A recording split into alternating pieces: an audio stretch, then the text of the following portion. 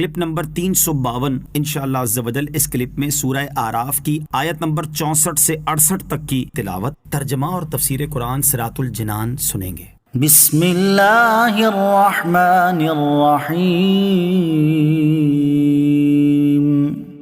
اللہ کے نام سے شروع جو نہایت مہربان رحمت والا ہے۔ فَكَذَّبُوهُ فَأَنجَيْنَاهُ وَالَّذِينَ مَعَهُ فِي الْفُلْكِ وَأَغْرَقْنَا الَّذِينَ كَذَّبُوا بِآيَاتِنَا إِنَّهُمْ كَانُوا قَوْمًا عَمِينَ۔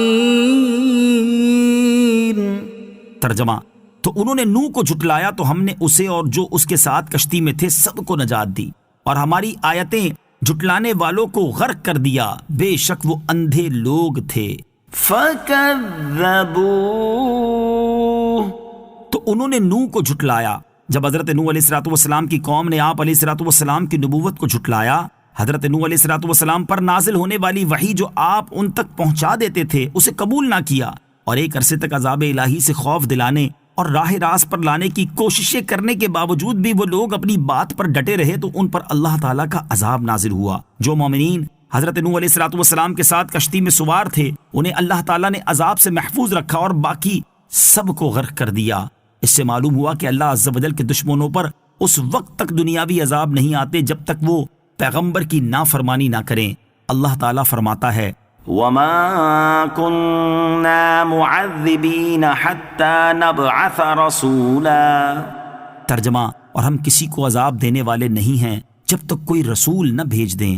حضرت نوح علیہ السلام کی کشتی میں 40 مرد اور 40 عورتیں سوار تھیں، مگر آپ علیہ السلام کی اولاد کے سوا کسی کی نسل نہ چلی، اس لیے آپ کو آدم ثانی کہتے ہیں۔ آیت میں اللہ تعالیٰ نے مزید فرمایا، بے شک وہ یعنی کفار اندھے لوگ تھے، یعنی ان کے پاس نبوت کی شان دیکھنے والی آنکھ نہ تھی، ان کے دل اندھے تھے، اگرچہ آنکھیں کھلی تھیں، جیسا کہ حضرت عبداللہ ابن عباس رضی اللہ تعالیٰ عنہما نے فرمایا کہ ان کے دل اندھے تھے، معرفت کا نور ان کی قسمت میں نہ تھا۔ وَإِلَىٰ عَادٍ أَخَاهُمْ هُودًا قَالَ يَا قَوْمِ اعْبُدُوا اللَّهَ مَا لَكُم مِّنْ إِلَٰهٍ غَيْرُهُ افلا تتقون۔ ترجمہ، اور قوم عاد کی طرف ان کے ہم قوم ہود کو بھیجا۔ ہود نے فرمایا، اے میری قوم اللہ کی عبادت کرو، اس کے سوا تمہارا کوئی معبود نہیں، تو کیا تم ڈرتے نہیں؟ وَإِلَىٰ عَادٍ، اور قوم عاد کی طرف۔ قوم عاد دو ہیں، عاد اولا یہ حضرت ہود علیہ السلام کی قوم ہے اور یہ یمن میں آباد تھے، اور عاد ثانیہ یہ حضرت صالح علیہ السلام کی قوم ہے، اسی کو سمود کہتے ہیں۔ ان دونوں کے درمیان 100 برس کا فاصلہ ہے، یہاں عاد اولا مراد ہے۔ قال الملأ الذين كفروا من قومه إنا لنراك في سفاهة وإنا لنظنك من الكاذبين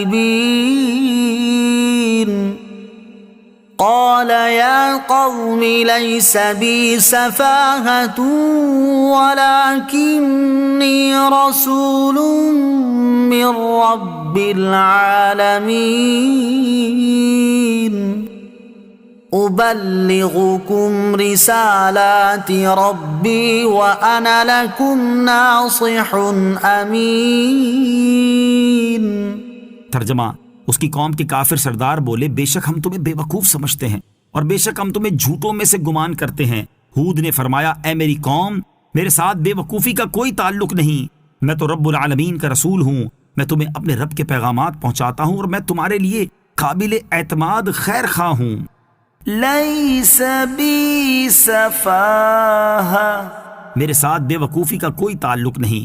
کافروں نے گستاخی کر کے حضرت ہود علیہ السلام کو معاذ اللہ بے وقوف کہا، جس پر آپ علیہ السلام نے بڑے تحمل سے جواب دیا کہ بے وقوفی کا میرے ساتھ کوئی تعلق نہیں، اور اس کی وجہ بالکل واضح ہے کہ انبیاء کرام علیہ السلام کامل عقل والے ہوتے ہیں اور ہمیشہ ہدایت پر ہوتے ہیں۔ تمام جہان کی عقل نبی کی عقل کے مقابلے میں ایسی ہے جیسے سمندر کا ایک قطرہ، کیونکہ نبی تو وحی کے ذریعے اپنے رب عز و جل سے علم و عقل حاصل کرتا ہے، اور اس چیز کے برابر کوئی دوسری چیز کا ہونا محال ہے۔ سورہ آراف کی آیت نمبر 67 اور 68 سے معلوم ہونے والے مسائل۔ اس آیت سے 2 مسئلے معلوم ہوئے۔ نمبر 1، جاہل اور بے وقوف لوگوں کی بدتمیزی و جہالت پر بردباری کا مظاہرہ کرنا سنت انبیاء کرام علیہ الصلوۃ والسلام ہے۔ نمبر 2، اہل علم و کمال کو ضرورت کے موقع پر اپنے منصب و کمال کا اظہار جائز ہے۔